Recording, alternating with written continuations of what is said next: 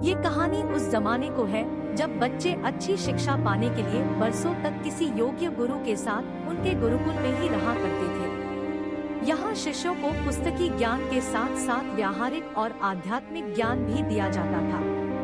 उस जमाने में गुरु और शिष्य का रिश्ता काफी मजबूत होता था। गुरु अपने शिष्यों को अपने ही बच्चों की तरह और बच्चे अपने गुरु को किसी भगवान की तरह मानते थे।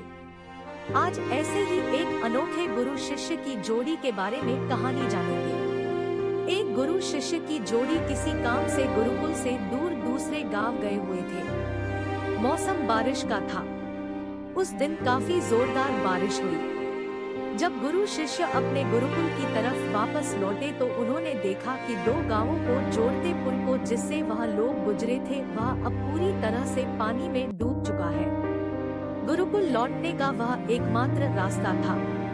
गुरु शिष्य थोड़ी देर वहीं पर रुककर सोचने लगे कि अब क्या किया जाए।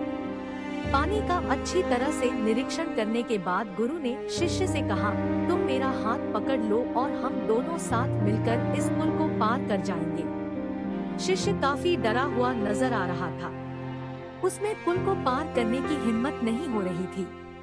गुरु ने कई बार उसे कहा मेरा हाथ पकड़ लो, लेकिन वह फिर भी नहीं माना।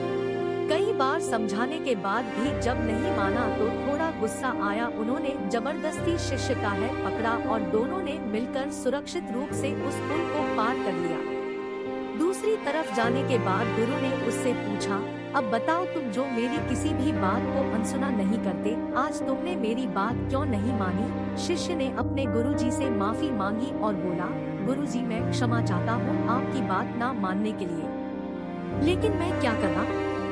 मुझे अपने आप पर बिल्कुल भरोसा नहीं था। अगर मैं आपका हाथ पकड़ता तो हो सकता था शायद मैं ज्यादा पानी के बहाव में हाथ छोड़ सकता था, लेकिन मुझे यकीन था कि अगर आप मेरा हाथ पकड़ेंगे तो किसी भी हालत में आप मेरा हाथ नहीं छोड़ेंगे।